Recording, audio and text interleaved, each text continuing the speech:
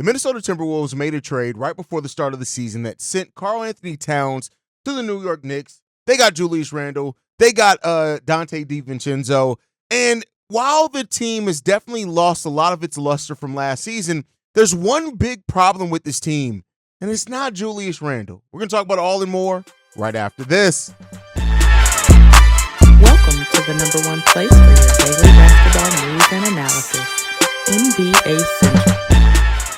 What's going on, basketball fans? Welcome to another episode of NBA Central, your number one spot for everything basketball related. I'm the host here, Haize, but more importantly, you guys can follow the channel at NBA Central Pod on every social media platform we happen to be on. With that said, let's go ahead and get into this content for today, and I want to start off talking about the Minnesota Timberwolves. Now, this may be a little bit of a weird topic, as the Minnesota Timberwolves did actually beat the New Orleans Pelicans today, 104-97.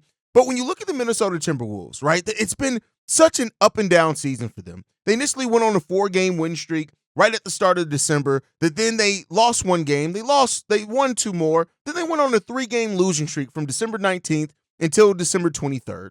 Then they responded to that with a 3-game winning streak, and now they're back on a 3-game losing streak before winning tonight. Winning against the Clippers, then against the New Orleans Pelicans. But when it came down to it as well, right, you look at this Minnesota Timberwolves team, a team that was nearly in the NBA Finals last season, and they're now sitting right now as the 8th seed in the Western Conference. And while the season is not done by any stretch of the imagination, right, there's still tons of games left to be played. They played 36 games. There's still a lot of games for them to play and start turning around their season, right? And while the trade that had them acquiring Julius Randle has been blamed a lot on what has really affected the Minnesota Timberwolves, and it has, make no mistake about it, right? But I think a lot of the blame lately has gone towards Julius Randle. And I think there is a player on the roster that's been actually more hurtful to some of their lineups than Julius Randle. When you look at it right now, right, and while this isn't amazing stats by any stretch of the imagination, when Julius Randle was on the court, the Minnesota Timberwolves are still outscoring teams 4.6 points per 100 possessions. Now, when you flip that, they are also giving up 6.4 points more per 100 possessions when he's out on the court. So, it is what it is there, right? But then you start wanting to get into the weeds of things, right? When you look at some of the lineups for the Minnesota Timberwolves, right, there's been some questions and some thought of, is it Julius Randle, and is Julius Randle and Anthony Edwards not really, vibing right? Are they not playing as good together? And here's the thing. When Anthony Edwards and Julius Randle are on the court together, they actually have a positive plus minus of plus 69 and a net rating of positive 16.7, a defensive rating of 107. Keep in mind, league average defensive rating is 110, so actually a little bit better than average defensively. And they have an offensive rating of 124 when Julius Randle and Anthony Edwards are out on the basketball court together. Then you look at it, well, maybe it's the fit between Rudy Gobert, Julius Randle, that's not really working for this team. Well, let's look at it this way. In lineups that have Julius Randle and Rudy Gobert on the court together, they have a plus minus of plus 14, a net rating of positive 11.2. They have an offensive rating of 116 and a defensive rating of 105. Maybe it's the three of them together. When Anthony Edwards, Rudy Gobert, and Julius Randle are on the court together, they have a net rating of 10.9, a positive plus minus of plus 15, a defensive rating of actually 102, which is, again, league average defensive rating is 110, which means that it's not necessarily just that either. But then there is a different culprit when you look down into it, right? And this is something that, when I looked at, I was kind of honestly astonished at. When Jaden McDaniels is on the floor for the Minnesota Timberwolves, all of a sudden the Minnesota Timberwolves have a plus minus of negative 40. They have a net rating of negative 2.3, an offensive rating of 109, and a defensive rating of 112. That's when Jaden McDaniels is on the court, right? When you add in having Anthony Edwards, Julius Randle, and Jaden McDaniels on the basketball court together, they have a net rating of negative 14, offensive rating of 111, a defensive rating of 113.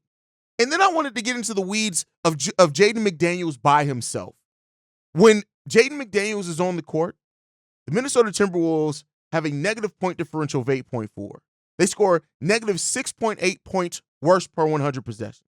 Opposing defense teams are scoring 1.5 points more when he's on the court as well, because we know that Jaden McDaniels is looked at as a defensive player, but it hasn't even had that impact as well. The Minnesota Timberwolves' effective field goal shooting percentage goes down 4% while Jaden McDaniels is on the court, while opposing teams shoot it almost 3% better when Jaden McDaniels is on the court. Now, I'm not somebody who I like to blame a team's woes all on one player. I just don't like to do that. The complexities are a lot. But the numbers are pointing to something here that says that maybe the fit that's going on here isn't Julius Randle. That it may be Jaden McDaniels as the piece that just doesn't fit with where the Minnesota Timberwolves are right now. And it's evident. When you look at the last 10 games for the Minnesota Timberwolves, for example, they have a net rating of negative 6.2, which is 25th in the NBA, an offensive rating of 112.5, which is 17th in the NBA, a defensive rating of 118.8, which is 27th in the NBA, right? The Minnesota Timberwolves have definitely lost a lot of what made them special last year. And they are a sign of why when you make a trade, you got to really be looking at all the implications, right? And so while they did that trade and made that trade for future flexibility with their cap space rather than keeping Karl Anthony Towns on that, and so it's going to be hard to judge this in full until we see what they do with that added space, how they maneuver that, which could come as soon as this trade deadline, but more than likely isn't going to come into the offseason. You got to ask yourself the questions here on not only was this trade the right one to make by the Minnesota Timberwolves, right, but also how it impacted other players on this team, namely Jaden McDaniels. Now, Jaden McDaniels is still a very young player in the NBA. He's only 24 years old. We know that he's a combo wing at 6'10". He brings some size. He theoretically brings that defense that you want to see. But overall, Jaden McDaniels is not having an impact on – he's having a negative impact on offense. He's having a negative impact on defense. And like I said, I went over the numbers. When Julius Randle is on the court, you can't just blame what the Minnesota Timberwolves are. Again, I'm not saying everybody, and the viewers of this channel have tended to be, and I want to thank you guys. I love the fact that the viewership that we're building here on NBA Central, some of you guys are some of the most smart basketball fans. We have really good conversations. But it's not just as simple as blaming Julius Randle. Overall, when Julius Randle was on the court, right? I know I got into some specific lineups and matchups, but the Minnesota Timberwolves are winning the minutes when Julius Randle was on the court. They have a positive plus minus of plus 49, and that's combined with all the lineups that Julius Randle plays with when he's on the court. A positive net rating of 2.3, a defensive rating of 112, offensive rating of 114, right? Now, the pace does go down a little bit, which is something interesting to see, but this is not as simple as just blaming Julius Randle for why this Minnesota Timberwolves team has taken a step down.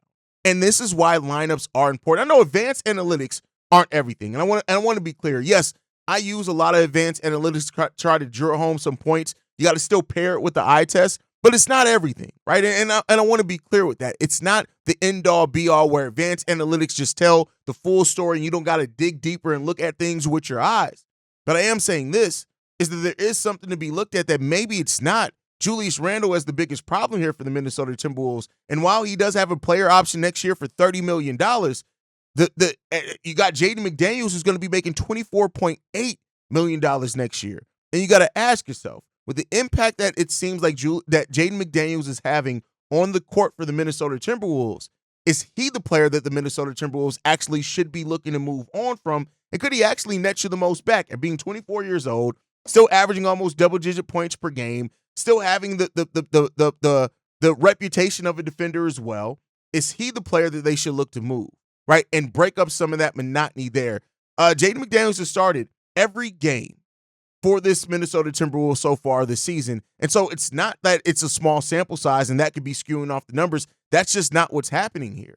It's real that Jaden McDaniels, as of right now, has not been a positive impact player for the Minnesota Timberwolves. Now, one could say that they got a lot of things that they need to look at, a lot of things that they can look to change right now, but it's something there with Julius Randle that they have, with Jaden McDaniels that they have to look at.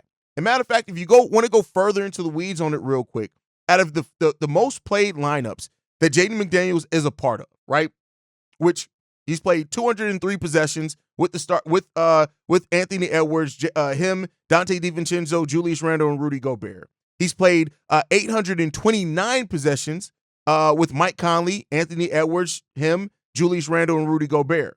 He's played 167 possessions with Anthony Edwards actually playing the 1, Nickeil Alexander-Walker playing the 2, Jaden McDaniels playing the 3, Julius Randle playing the 4, and Rudy Gobert playing the 5, and that has a positive point differential of plus 7.2. So it's still that he can maybe be impactful with those guys, but you got to change some things up. That's not an optimal lineup. But out of the 5 most played lineups with Jaden McDaniels in them, 1 of them are a positive. And that is something that you absolutely can't ignore as you're looking at overall roster and team construction. That's all I'm saying here. I'm not saying that you still couldn't look to move Julius Randle. I'm not saying you still couldn't look to maybe move Rudy Gobert. There's a lot of different avenues and things that you can look at. But I'm just saying that when you dig into the weeds a little bit deeper, you see that it's a lot more complex than just blaming Julius Randle. But as always, you guys can let me know how you feel down below. Make sure you guys are following the show at NBA Central Pod. You can send us any feedback, questions, comments, concerns, NBA Central Show at gmail.com. And then lastly, if you want to leave a text message and our voicemail for the mailbag, the number to do so, 773-270-2799. We are the #1 spot for everything basketball related. And I'll see you guys the next time I feel like making a video. Probably tomorrow. Peace, y'all. This has been a presentation of the Breaks Media.